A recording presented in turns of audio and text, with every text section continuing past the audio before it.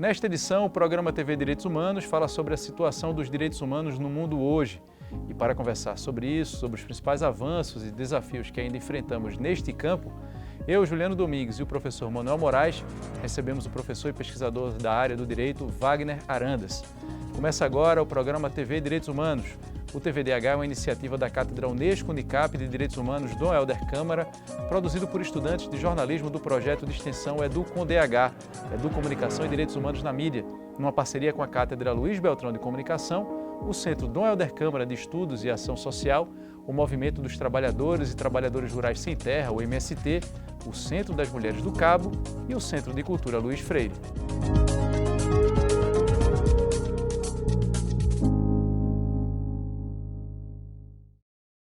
Desde a elaboração da Declaração Universal dos Direitos Humanos, em 1948, o mundo vivenciou muitos avanços na proteção e garantia desses direitos. No entanto, ainda enfrentamos desafios enormes, como a discriminação, o encarceramento em massa e as crises humanitárias. Como conciliar os avanços obtidos até agora com as dificuldades que persistem? Hoje vamos examinar alguns dos principais desafios e discutir como podemos continuar a avançar na construção de uma sociedade mais justa e igualitária.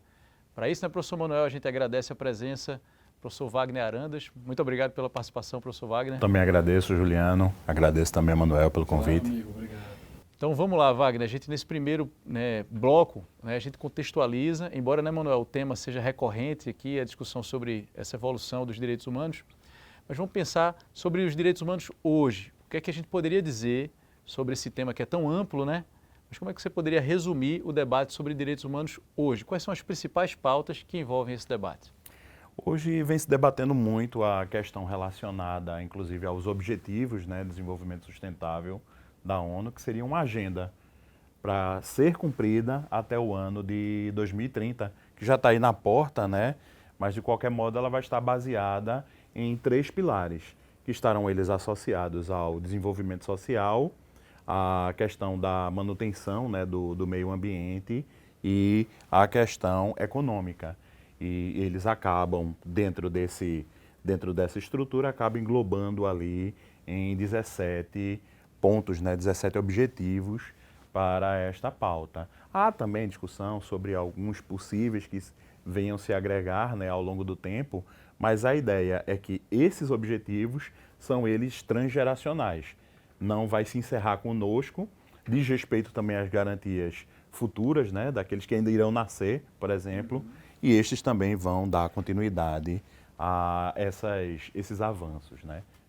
Professor Manuel, quando a gente pensa em direitos humanos, pensa muito a partir dessa perspectiva histórica, Mas, reforçando a pergunta, o que dizer sobre direitos humanos hoje? É a atualidade do debate. Quais são as principais pautas, na opinião do senhor? Eu acho que o professor trouxe, Wagner, uma perspectiva importante, que é a ideia de indução, Então, a ONU, com essa agenda, ela vai induzindo a perspectiva de fortalecimento de pautas.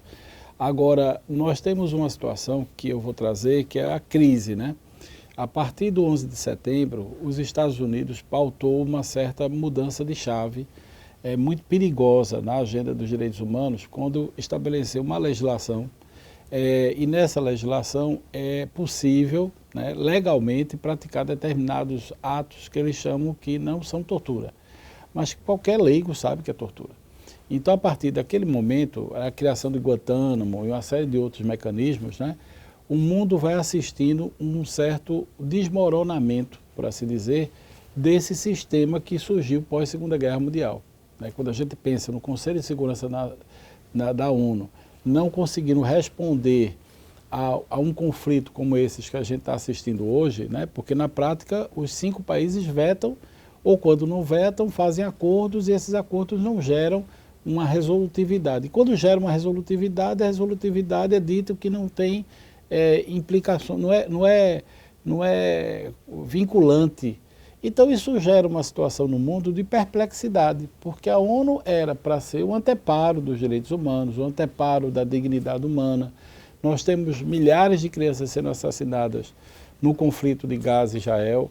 Nós temos uma situação muito grave em outros países, outros conflitos, isso falando de uma forma muito geral, e a gente não vê uma reação à altura, capaz de fazer com que esses conflitos efetivamente cessem.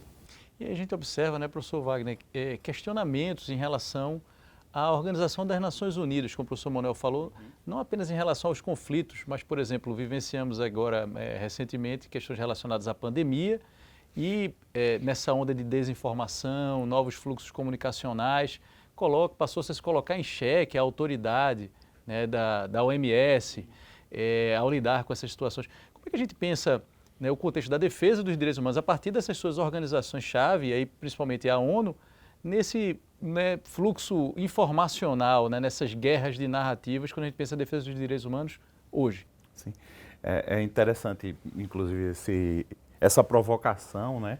Até porque a gente vai observar, dentro de um contexto de uma formação, por exemplo, dentro do jornalismo, nós vamos ter alguns mecanismos, entre eles a própria ideia da ética do profissional em formação no curso de jornalismo e até do próprio profissional em sua atuação no dia a dia. E isso acaba que fica esquecido diante de muitas informações que a gente tem acesso, né? Pensando nas fake news. Dentro desse contexto da fake news e dessas conexões, inclusive do que foi dito por Manuel, a gente vai observar que existe uma série de assimetrias, inclusive de como se tratam as narrativas.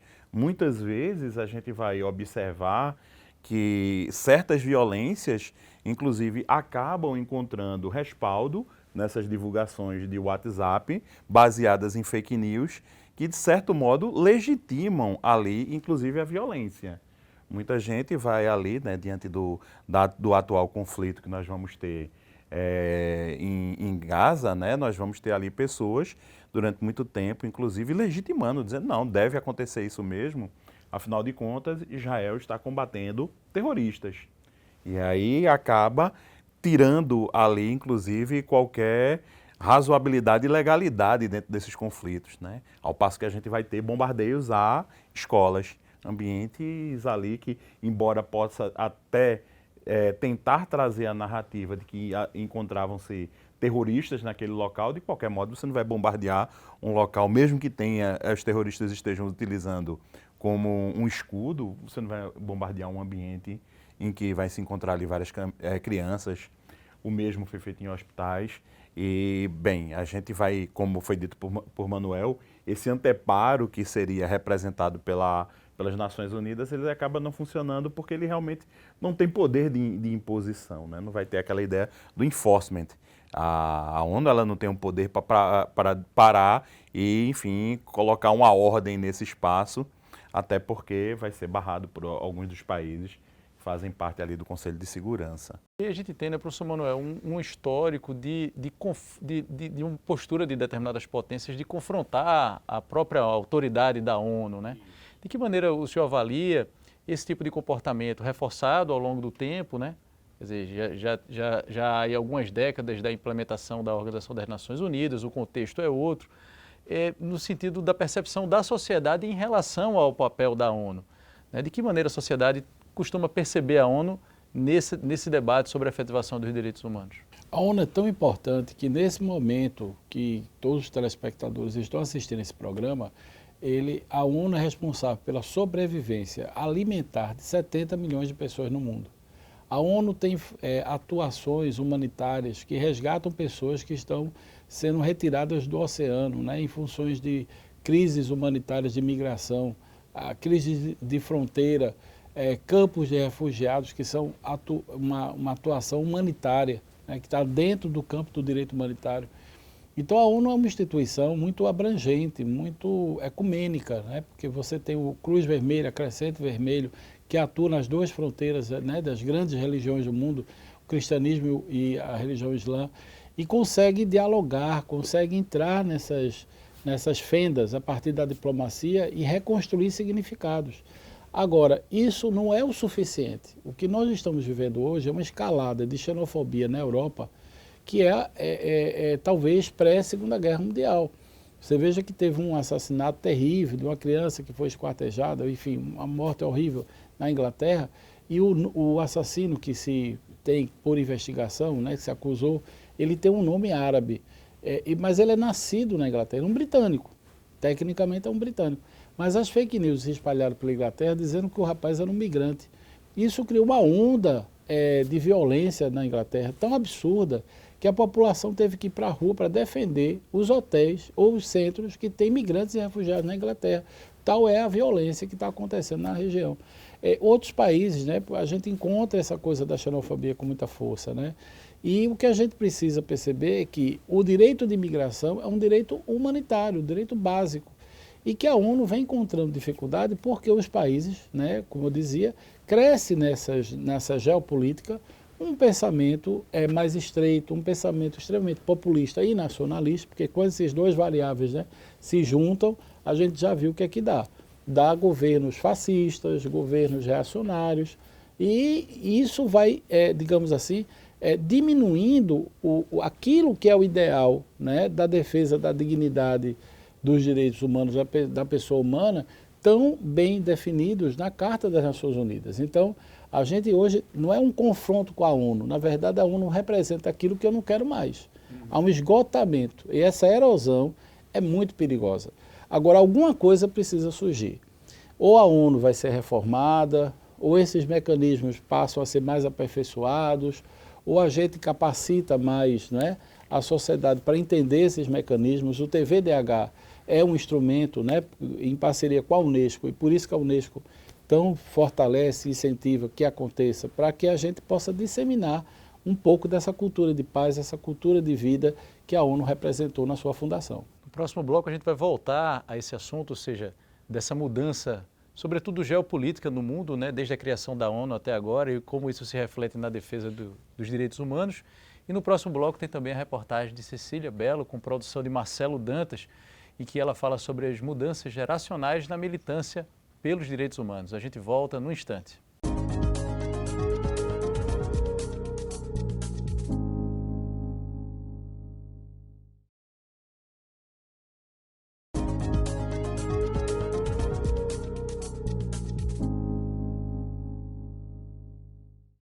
Muitos jovens brasileiros são ativistas. Desenvolvem ações e experiências em áreas como meio ambiente e direitos humanos. Um deles, aos 22 anos, Almir Nayara Moga, então líder do povo Paeté Suruí, criou o plano de 50 anos do povo Suruí para proteger sua cultura e território. Em 2008, seu ativismo levou ao mapeamento geográfico do território na plataforma Google. Jovens da etnia produziram imagens, mídias e um mapa 3D com informações da floresta. Hoje, sua filha Chay Suruí, representante dos povos originários, e muitos outros jovens brasileiros usam sua voz para fazer a diferença. Os ativistas de direitos humanos são essenciais, segundo o ativista pela educação e membro do Centro de Cultura Luiz Freire, Rogério Barata. Na verdade, a garantia dos direitos, ela implica, sobretudo, em ter políticas públicas. E ter políticas públicas, né, que avancem efetivamente, né, nos novos direitos, que os direitos não são estáticos, são dinâmicos. Políticas públicas e as questões das práticas, das atitudes, isso é uma mudança cultural. Né? Ou seja, é todo um trabalho que se faz, né, tendo uma política como referência, e o que é que se faz então com essas políticas? Para que elas sejam materializadas como direito, é preciso que haja exatamente os ativistas e as ativistas, fazendo com que isso pertença ao campo, ao horizonte de significação das comunidades, das pessoas, para que possam então ser efetivadas e vivenciadas.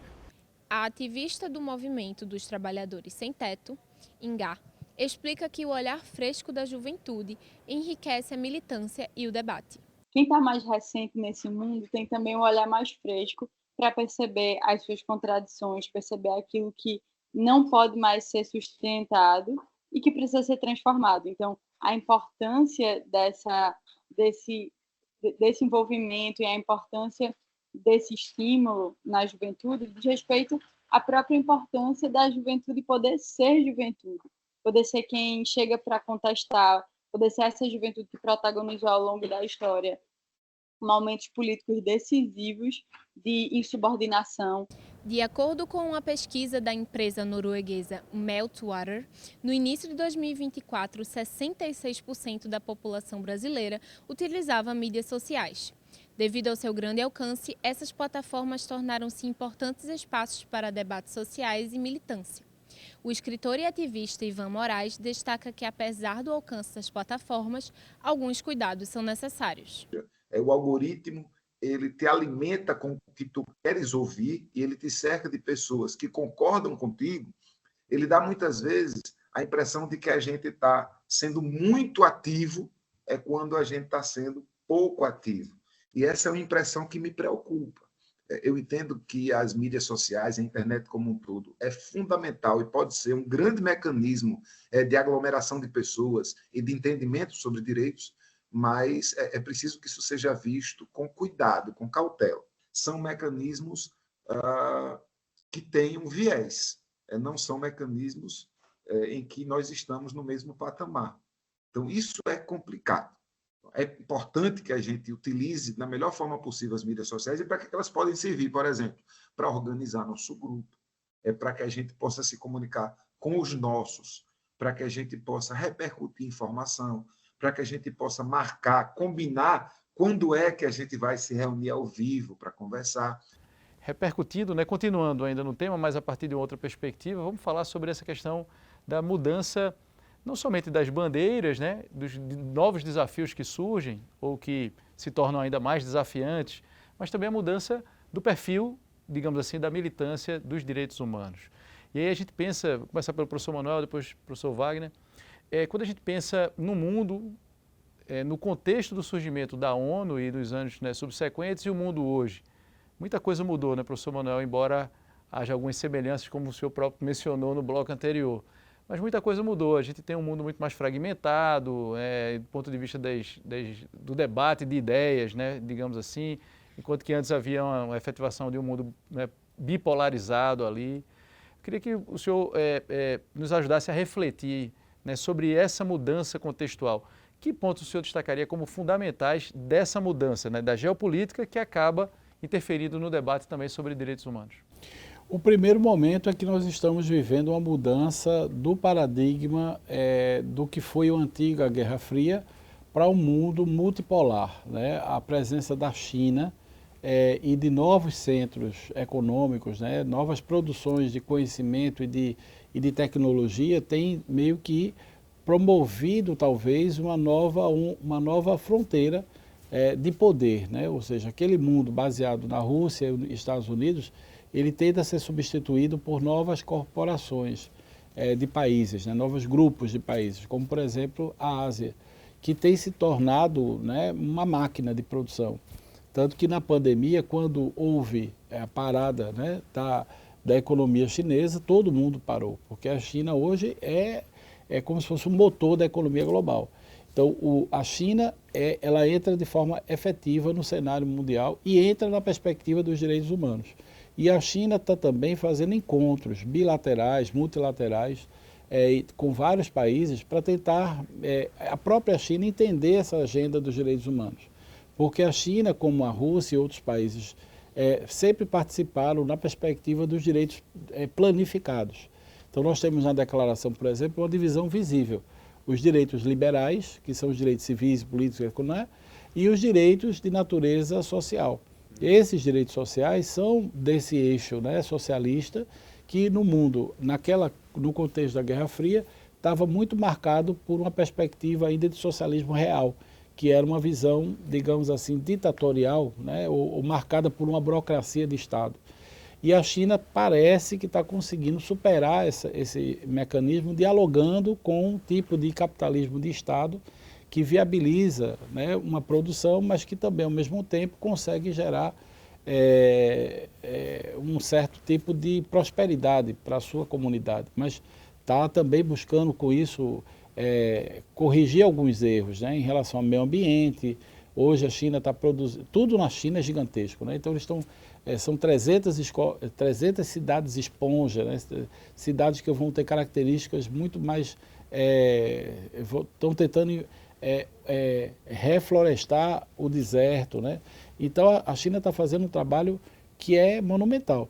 Agora isso é invisibilizado no contexto mais global, porque a gente ainda tem aquela coisa da Guerra Fria, ainda tem esse medo da China, essa preocupação com o que isso vai representar. A nova rota da seda, né, que a China está propondo, que é um grande projeto que envolve muito investimento, pode ser um novo patamar de desenvolvimento global. mas se não tiver associado aos direitos humanos, podem ser também uma nova derrocagem do que foi o Plano Marshall no passado e tudo. Então, direitos humanos sempre é um tema muito sensível, porque ele precisa de olhares mais, né, amplos e críticos. Professor Wagner, a partir do que o professor Manuel falou, eu acho que a gente poderia dizer que a vida de quem milita em prol dos direitos humanos não é fácil, seja lá onde for, não é? Não é fácil nos Estados Unidos, mas também parece que não é fácil, por exemplo, na China, na Rússia. E aí eu pergunto, como pensar, né, direitos humanos nesse contexto, por exemplo, de BRICS, né, o debate sobre direitos humanos nos BRICS. É possível, quer dizer, está lá a discussão sobre direitos humanos? Sim, também, claro. Inclusive, você tem que ter o desenvolvimento acompanhado do contexto da segurança alimentar, da promoção das igualdades, né? E como foi dito por Manuel, dentro desse contexto onde a gente reconstrói, né, uma Guerra Fria, trazendo inclusive novos personagens, novos players para esse processo, a gente acaba tendo ali a potencialização de certos espaços, certas economias, da gente pensar a possibilidade de ter uma organização inclusive de países que eram tidos e foram estudados como aqueles já desde a década de 70 como economias dependentes, né? São esses que passam a assumir uma outra forma de protagonismo. E mais uma vez, como foi dito por Manuel, mas se isso não for pensado de uma forma equilibrada, a gente vai potencializar muito mais todos os danos sociais que são provocados dentro de um sistema mais agressivo, né? Dentro de um sistema mais predatório. E, além disso, até Manuel Moraes, eu conheço há bastante tempo, né? Nas nossas militâncias na sociedade civil organizada e também no ambiente acadêmico, e até as próprias ONGs, né? Elas vão ter uma outra formatação, um outro tipo de desenvolvimento, muitas vezes usando como fomento órgãos que estão dentro desses espaços, inclusive de BRICS, né? Para, inclusive, pensar o direito de uma forma, pensar os direitos humanos de uma forma diferente, né?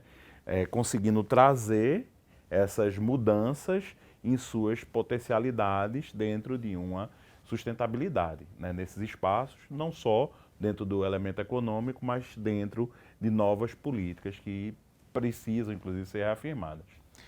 No próximo bloco a gente vai falar mais especificamente sobre fluxos migratórios, porque independentemente do país ou sobre qual eleição para qual presidente de qual país, normalmente o assunto acaba sendo esse, seja na Europa, seja nas Américas. A gente vai falar sobre isso no próximo bloco. E no próximo bloco tem também o quadro Fala Povo. Bianca Santos levou para as ruas a pergunta: quando você ouve falar em direitos humanos, o que é que lhe vem à cabeça? A gente confere as respostas já já.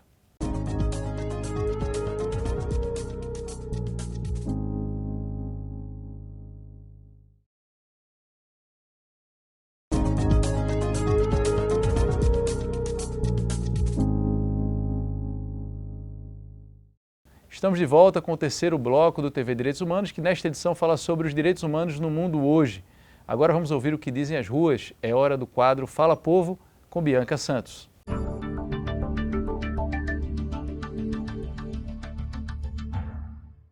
O mundo vem enfrentando desafios e mudanças nas mais diferentes esferas, em especial as que dizem respeito às questões humanitárias e de justiça social. Nesse sentido, a defesa dos direitos humanos é um pilar essencial para garantir respeito e dignidade para todos. A sociedade em constante evolução precisa, portanto, refletir diariamente sobre o real significado e importância desses direitos em nossas vidas. Direitos que partem de uma série de princípios, entre eles a igualdade, liberdade, garantia e proteção contra abusos e discriminação. Ao refletirmos sobre os direitos humanos hoje, é importante considerarmos como eles são compreendidos, vivenciados e aplicados em diferentes contextos, e de que forma podem ser fortalecidos para enfrentarmos os atuais e futuros desafios. Pensando nisso, o TVDH foi às ruas para perguntar: quando você ouve falar em direitos humanos, o que lhe vem à cabeça? Quando você pensa em direitos humanos, o que te passa na cabeça? Que é um direito voltado para todo mundo e não apenas para um grupo, e que serve também como uma forma de igualdade entre as pessoas, entre gêneros, raças, entre todas as diferenças. Muitas vezes a gente pensa que vai beneficiar aquela classe que está mais envolvida ao crime, né, às coisas erradas, mas os direitos humanos ele tem que vir para realmente beneficiar as pessoas que estão do lado correto, que buscam a verdade, né, buscam a justiça. Então, espero que realmente tenha esse lado do benefício ao cidadão de bem, né? De beneficiar aqueles que realmente estão do lado da verdade, né?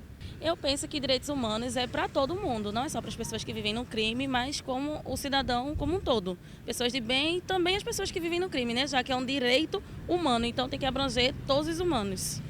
E agora eu quero ouvir vocês, né? Vocês estão na militância diariamente, estão também na sala de aula, trabalhando com temas, né, ou diretamente relacionados ou correlacionados ao debate sobre direitos humanos. E aí a minha pergunta para vocês é a mesma do Povo Fala. Quando vocês ouvem, né, o semelhante do Povo Fala, quando vocês ouvem os alunos ou as pessoas na rua falarem sobre direitos humanos, normalmente vocês percebem qual entendimento, qual é a percepção de uma maneira geral sobre a sociedade quando o tema é esse, sobretudo quando a gente pensa nos debates mais atuais que estão aí, né, na ordem do dia, professor Wagner. Muitas vezes, né, que chega para a gente diretamente, são as questões relacionadas, por exemplo, a um apontamento crítico, entendendo que os direitos humanos eles protegem bandidos, né? Seriam basicamente esse tipo de abordagem em que muitas vezes a pessoa se sente preterida, né? Muitas vezes vai acreditar que o bandido vai ter mais garantias do que ela, mas de qualquer modo, aos direitos humanos cabe, na realidade, a garantia e a proteção de todas as pessoas, independente, enfim, seja o bandido, que seja ele punido de uma forma justa, né? Não seja submetido à violência institucional. Caso contrário, até a gente nem poderia pensar numa ressocialização, né? Se eu tiro o próprio caráter de humanidade desse indivíduo, e lógico, talvez seja até um grande reflexo das pessoas e um atestado de que as garantias e os direitos humanos dela também não estão sendo cumpridos, né? Se há uma insatisfação em relação a isso, é porque ela também se sente ali desprotegida e precisando de um amparo. Aí, por um outro lado, também chegam aqueles debates, muitas vezes dentro de sala de aula, até em outros espaços, né, das nossas vivências em comum, de pessoas que pensam nos direitos humanos a partir de uma potencialização dos direitos das mulheres, né, para uma igualdade de gênero, questões relacionadas às garantias, né, do público LGBTQIA+, né, APN+, e são esses diálogos, né, ou seja, daquela ideia o que resume é que há sempre essa ideia do atendimento, de se sentir pertencente aos direitos humanos, seja na sua negação, seja naqueles que vão reconhecer que certas garantias estão ali também para essas pessoas. Ainda há, professor Manuel, muita incompreensão a ideia, em relação à ideia de direitos humanos, na sua opinião, ou não? Eu acredito que a gente ainda tem no Brasil, os direitos humanos, existe um pesquisador chamado Viola, que eu acho muito interessante a percepção dele sobre como as pessoas entendem direitos humanos. E ele foi vítima da ditadura militar e ele dizia o seguinte: olha, os direitos humanos chegaram no Brasil com as baionetas da ditadura militar, porque o golpe se deu na lógica do discurso do Estado para defender o Brasil do comunismo, do que seria então o discurso é todo baseado nos direitos humanos. Os Estados Unidos fizeram grandes intervenções internacionais na América Latina em nome dos direitos humanos. Então, os direitos humanos é uma grande confusão, né? Porque parte da esquerda vê os direitos humanos como uma agenda liberal, portanto não marxista, portanto eu não tenho adesão a essa agenda, porque é uma agenda americana, e parte dos liberais não se comprometem com essa agenda porque entendem uma agenda de esquerda, porque pensam que os direitos sociais, portanto, são revolucionários. E de certa forma são, mas todos eles, né? Então, a perspectiva global, a partir de 68, quando se criou o conceito de PIDESCs, né? Pacto Internacional dos Direitos Econômicos, Sociais e Culturais, foi uma forma brilhante, né, da diplomacia de aglutinar esse potencial dialético, né? Então, hoje a gente não fala mais de direitos humanos, a gente fala de direitos humanos, econômicos, sociais, culturais, que é a agenda da ONU, numa perspectiva de indução, de gerar educação, saúde, né? Não dá para a gente pensar direitos humanos a partir só dos direitos civis e políticos. Ou na academia a gente tinha aquela visão geracionista, né? E agora a gente tem uma lógica dimensional dos direitos humanos. eu me filio a essa perspectiva dimensional, porque a gente percebe que no mesmo tempo em que a gente está vivendo, né, por exemplo, o avanço das tecnologias, o avanço da possibilidade do homem, né, ir na Lua, explorar novos recursos naturais, a inteligência artificial, parece que a gente está vivendo um novo mundo, né?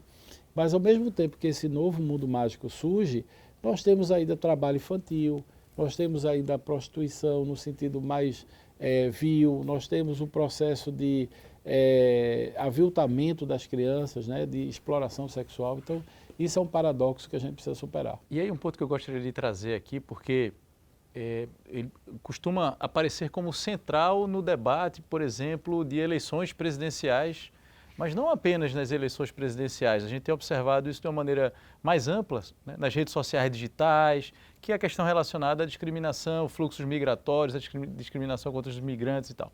Queria perguntar então ao professor Wagner de que maneira, né, esse debate, né, o debate sobre os fluxos migratórios e o preconceito em relação, que é uma questão histórica, né, Manuel? A gente já tratou disso daqui em outros programas, de que maneira esse debate ele se insere nesse contexto de uma discussão sobre os direitos humanos hoje, né, e o entendimento que muitas vezes acaba se manifestando de que está se perdendo determinado benefício porque o estrangeiro toma o meu emprego ou que vai ocupar o meu espaço, e a gente observa isso de uma maneira muito recorrente. Esse, a gente pode dizer, é um dos grandes temas do debate sobre direitos humanos hoje? Inclusive, eu acho que esse é um dos grandes temas que vai ter uma grande importância, inclusive, ao longo dos anos. Porque todas as circunstâncias que levaram, no passado, as ondas migratórias, elas tendem a se intensificar, inclusive a ter outros elementos provocadores dessas migrações. Como as questões ambientais, a gente vai ter migrações ambientais, diante, pelo menos, das mudanças climáticas que a gente acompanha na atualidade. E muito disso provocando também fome, que vai fazer com que essas pessoas se desloquem de um lado para o outro, né? Vão ter alguns autores já na sociologia que debatiam isso, tanto quanto o Nobel Elias, que estava falando ali daquela ideia dos outsiders, né? Assim como dos estabelecidos de outsiders, assim como também o próprio Bauman, né? Que todo mundo dizia Bauman, tudo de Bauman é líquido, né? Líquido. Mas ele tem modernidade líquida, o tempo líquido. Exatamente, mas ele vai ter um livro onde ele fala também sobre os estrangeiros, que ele não fala ali líquido, né? Muito pelo contrário, né? A preocupação dele era tão urgente que ele entendia que precisava, inclusive, trazer esses marcadores que estão muito pautados dentro da ideia de uma construção do outro. O outro como aquele que eu quero me distanciar não é aquele que eu quero que esteja presente. Durante tanto tempo, durante séculos, na realidade, a gente acompanhou todo o processo ali todo o processo que se fundamentou dentro do imperialismo europeu, e hoje a gente observa muitos desses países que eram colônias, hoje querem ir para a metrópole, mas lá não são bem-vindos, né? Nesse contexto, tanto é que, lamentavelmente, a gente viu recentemente um canto das torcidas que foi, inclusive, feito pelos próprios atletas da Argentina agora na Copa América, que tinha, inclusive, discurso ali xenófobo, né? Você vai estar ali identificando que estariam os argentinos cantando uma canção que falavam que aqueles que vinham da África não poderiam ser, inclusive, vistos como franceses, e trazia ali uma linguagem, um discurso terrível, né? E olha que a gente está falando aqui da Argentina, pensando sobre a Europa, né? Diante dessa ideia do distanciamento, né? Outro tema que a gente vai trazer no próximo bloco é a discussão sobre as mudanças climáticas e direitos humanos. E no próximo bloco tem também o quadro Educar para os Direitos Humanos com Camila Deschamps. É quando o professor Manuel Moraes e o nosso convidado Wagner Arandas respondem uma pergunta feita por você que acompanha o TV Direitos Humanos. Daqui a pouco a gente volta.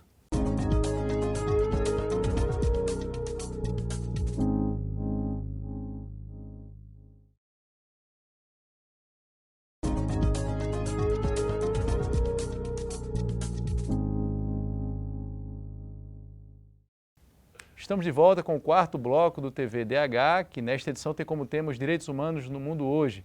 Agora o nosso convidado Wagner Arandas e o professor Manuel Moraes respondem uma pergunta enviada por quem acompanha o nosso programa. É o momento do quadro Educar para os Direitos Humanos com Camila Deschamps.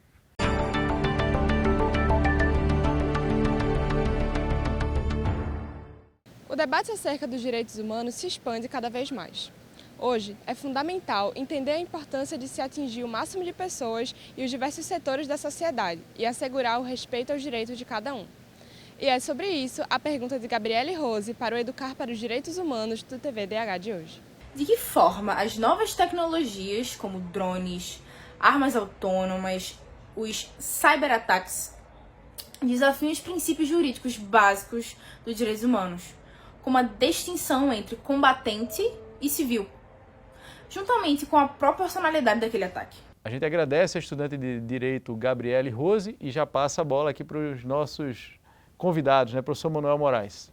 Veja, a pergunta de Gabriel foi muito interessante, inclusive foi objeto de uma convocação da Unesco para uma futura resolução que está prestes a ser formatada, mas é um processo de consulta. E nessa consulta a Unesco discute a questão dos neurodados. E veja que ela trouxe um elemento que na consulta eu participei, fui um dos pesquisadores que a Unesco convocou para discutir, e os especialistas que participavam dessa consulta diziam da aplicação dessas novas tecnologias no implemento dos conflitos bélicos. Então, existe já a tecnologia, né, que pode afetar a mente humana. Né? Isso pode, a partir de ondas, né? Imagina uma tropa militar que pode ser afetada, começar a ter ilusões e distúrbios em função de uma onda magnética, né? Produzida por equipamentos ultra sofisticados que ainda não existem materialmente, mas tecnicamente eles são viáveis e podem ser produzidos. No futuro muito próximo, aquilo que é real e o que não é real vai ser algo muito difícil por conta da interface, da produção desses neurodados e dos tipos de tecnologia que vão ser utilizados, tanto do ponto de vista do que está externo ao corpo, né, aquilo que você vai usar no corpo como equipamento, como também a introdução de chips no próprio corpo da pessoa, né? Que em parte é importante para o desenvolvimento da ciência, né, e tecnologia, a possibilidade da pessoa tetraplégica voltar a andar, né, toda uma fronteira científica muito interessante, necessária, mas, por outro lado, um conjunto de ameaças efetivas à dignidade humana, à dignidade das pessoas, à autonomia dessas pessoas, porque, afinal de contas, quem vai guardar esses dados? Quem vai controlar essas informações? Quem vai fazer o backup disso, né? E quem controlar isso, controlará certamente grande número de pessoas, talvez até a humanidade no futuro. Professor Wagner. Inclusive, realmente dou os parabéns, uma pergunta fantástica, né? Além disso, a gente vai perceber que durante muito tempo tentou se estabelecer regras, né, para as guerras, né? Genebra vai ter a grande preocupação ali de tentar identificar, dizer o seguinte, olha, armas biológicas não são possíveis, né? Não é possível a utilização de determinados tipos de gases. Aí vem a guerra do Vietnã com o uso de agente laranja, né? Bate na pele, tanto tem uma fotografia de uma criança, de uma menina correndo, né, ali com o corpo ardendo diante daquilo, né, com a pele se soltando. E ao longo do tempo sempre foi necessário estabelecer, tanto é que a gente já teve até guerras onde supostamente existiam ali armas biológicas, pelo menos na última intervenção do Iraque foi pensado nisso. Hoje a gente encontra-se dentro de um outro grande desafio, porque você pode ter um país, como dito por ela, através de drones, né? Eu posso ter um país que ele está invadindo o outro só com máquinas, sem nenhum ser humano ali. Naquele local, pode ter até alguém remotamente operando aquele drone, operando aquelas máquinas, né? Mas a gente encontra-se aqui dentro de um outro limite, né? Não só dentro da ideia de se pensar uma ética numa guerra, porque a guerra é algo terrível, é algo que não é desejável.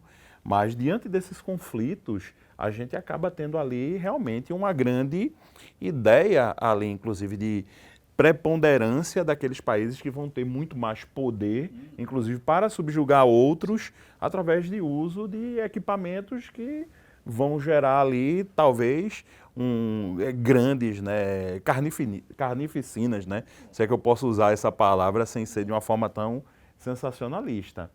E a gente também tem um pouco dessa tecnologia, inclusive, no nosso dia a dia. Hoje nós temos câmeras de identificação facial que podem ali, enfim, né, captar qualquer pessoa e levar essa pessoa presa porque ela foi identificada por uma câmera. E o grande problema é que muitas vezes a gente vai ter esse grande problema porque há os falsos positivos. Isso. Cada vez mais a gente vê nos jornais ali matérias de pessoas que ficaram presas, às vezes meses, porque foi feita uma identificação incorreta daquela pessoa através desses sistemas de câmeras. Sem dúvida, uma preocupação muito urgente também. E aí nós falamos sobre fluxos migratórios, falamos sobre a questão das tecnologias, e aí eu queria também trazer um outro ponto que costuma estar bastante presente no debate público, que é a discussão sobre as mudanças climáticas. Professor Manuel, nós já fizemos, né, e avisando para quem está nos acompanhando agora, já fizemos programas especificamente voltados para mudanças climáticas, mas como a discussão aqui hoje é direitos humanos na atualidade, queria que o senhor tocasse nesse assunto, o professor Wagner também fica à vontade para complementar. O que dizer sobre mudança climática e direitos humanos na atualidade? Qual é a conexão entre essas duas dimensões? Foi super importante a sua pergunta, Juliano, porque você me permite resgatar o que a gente ainda não falou, que é a questão do neoliberalismo, que é um elemento central também para a gente entender essa estrutura, né, que não consegue se reerguer, se reestruturar diante do que a gente viu a pandemia. Ou seja, quando a gente pensa em meio ambiente, nós pensamos em uma necessidade de compreendermos a finitude do meio ambiente, porque a gente aprendeu na teoria moderna o projeto de modernidade via a natureza como algo infinito. Então você pode destruir florestas, porque elas existem em vários lugares, você pode jogar plástico no oceano, porque... E aí hoje já se descobre que o plástico é tão devastador que a gente já tem plástico no corpo da gente, porque pela forma como o plástico se disseminou e se fragmenta, micropartículas são alimentadas por peixes e peixes nós nos alimentamos e, portanto, nós comemos plástico. Então veja que isso é dramático, né? Agora, como você reverte isso? Com política pública. Como é que você reverte isso? Com mais presença do Estado. Dentro do momento em que você tem um aumento de uma onda neoliberal, de uma visão que o Estado deve ser menor, e tudo é custo, né? Na área social tudo é custo. Na área dos direitos humanos não tem orçamento, mas tem orçamento para pagar a dívida externa, tem orçamento para pagar os juros da dívida. Então, a visão correntista, ela predomina na disputa de política de Estado, né? Isso não é só no Brasil, é no mundo inteiro. Então, quando você reduz a presença do Estado, na capacidade de fiscalizar, de atuar, você efetivamente amplia o dano ambiental e isso gera um efeito colateral, que é o aquecimento que a gente está vivendo, que nunca se viu, né? Você chegou a ter vários estados brasileiros chegando à faixa dos 60 graus, né? Quer dizer, um risco de morte, né? Então isso é muito sério. Professor Wagner, vai estourar um pouquinho esse tempo, mas quero também ouvi-lo a esse respeito. Seria até breve. É discutido também hoje a questão do racismo ambiental, né? Onde a gente vai encontrar determinados espaços, como a gente viu em Nova Orleans, né? Agora recentemente no Rio Grande do Sul, há poucos anos, inclusive aqui em Recife, durante as chuvas, inclusive a gente teve uma comunidade que fica em um grande bairro aqui, né? Um bairro muito populoso, que inclusive em função do deslizamento das barreiras, tivemos ali uma série de mortes, né?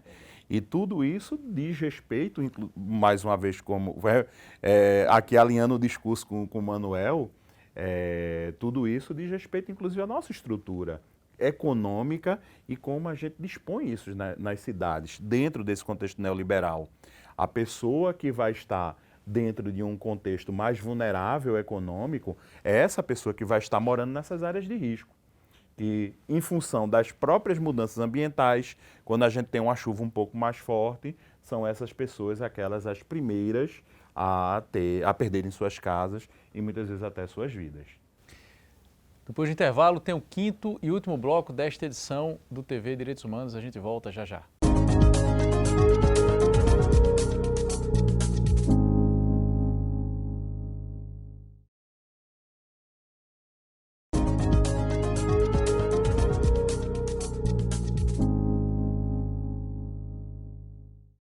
Chegamos ao quinto e último bloco do programa TVDH, que nesta edição fala sobre os direitos humanos no mundo hoje.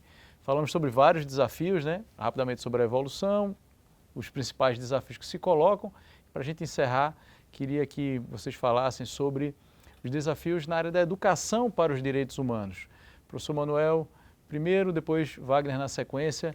O que dizer sobre o papel das escolas, o papel das nossas casas, né? Em primeiro lugar, nos ambientes familiares, onde as pessoas, né, crescem, onde estão as crianças, também as escolas e universidades, dentro desse contexto do educar para os direitos humanos.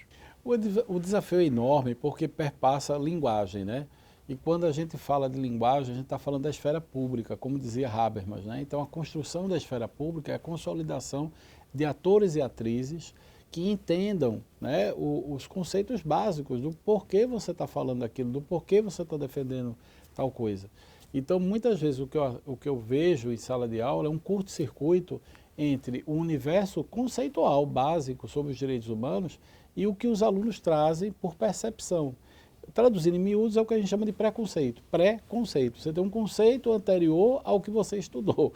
Então, você é contra o movimento LGBT, mas você não sabe o que é a agenda desse movimento. Você é contra o movimento sem terra, mas você quer acabar a fome no mundo. Mas você não tem como acabar a fome do mundo sem a agricultura familiar produzida pelo MST. Você quer ter uma saúde mais equilibrada e você come hoje arroz produzido pelo MST, mas não sabe que o arroz veio do MST porque você tem um preconceito com quem produz de forma coletiva o campo. Então, acho que a gente precisa escutar. O meu exercício de sala de aula é um exercício de escuta. E quando a gente escuta, muitas vezes o que você diferencia, você às vezes reage, né, de forma até negativa, o que seja direitos humanos, na prática é o que a pessoa não conhece. É o não conhecer que é o grande desafio para a gente avançar nessa pauta. Professor Wagner. Trabalhar direitos humanos é como se a gente estivesse sempre falando de novidades. Porque quando a gente explica os direitos humanos para os estudantes ou para algumas pessoas da nossa convivência, aí a pessoa para e diz, então é isso, direitos humanos? Nem imagina que os direitos humanos estão no nosso dia a dia, né? E quando a gente pensa na ideia de educar para os direitos humanos, a educação para os direitos humanos não está só dentro de um contexto de uma sala de aula na universidade, também está dentro do contexto da formação dos ciclos fundamentais e médios, né, da formação estudantil, assim como também dentro de um programa como esse, que inclusive também é um programa de extensão, né, de estar funcionando como disseminador dos direitos humanos. E essa ideia da busca das informações é muitas vezes complicada até para encontrar informações que sejam bem apuradas, né? Mas é um exercício coletivo, é uma troca. Os direitos humanos, em sua essência, é uma troca. Eu falo sobre direitos humanos, eu escuto o que você pensa sobre direitos humanos e a gente tenta chegar a uma rede do que é que representa de fato esses direitos humanos. E é um trabalho também incansável. Infelizmente, nosso tempo terminou, né, professor Manuel? Nós agradecemos, professor Wagner Arandas, sua participação aqui. Também agradeço. E esperamos reencontrá-lo, né, professor? Não faltam pautas, né, professor Manuel, para quem discute, debate, propaga e dissemina direitos humanos. Então, muito obrigado pela sua participação aqui conosco. Também agradeço. O TV Direitos Humanos é uma iniciativa da Cátedra Unesco Unicap de Direitos Humanos, Dom Helder Câmara, produzido por estudantes de jornalismo do projeto de extensão EduComDH, Educomunicação e Direitos Humanos na Mídia, numa parceria com a Cátedra Luiz Beltrão de Comunicação, o Centro Dom Helder Câmara de Estudos e Ação Social, o SENDEC, o Movimento dos Trabalhadores e Trabalhadoras Rurais Sem Terra, o MST, o Centro das Mulheres do Cabo e o Centro de Cultura Luiz Freire. Acompanhe a gente nas redes sociais e traga sugestões. @programatvdh.unicap, é assim que você nos encontra. Estamos também no YouTube, nos canais Jornalismo Unicap e Cátedra Dom Helder. Lá você encontra outras edições do programa, sempre com o tema dos direitos humanos. Agradecemos pela companhia e até a próxima.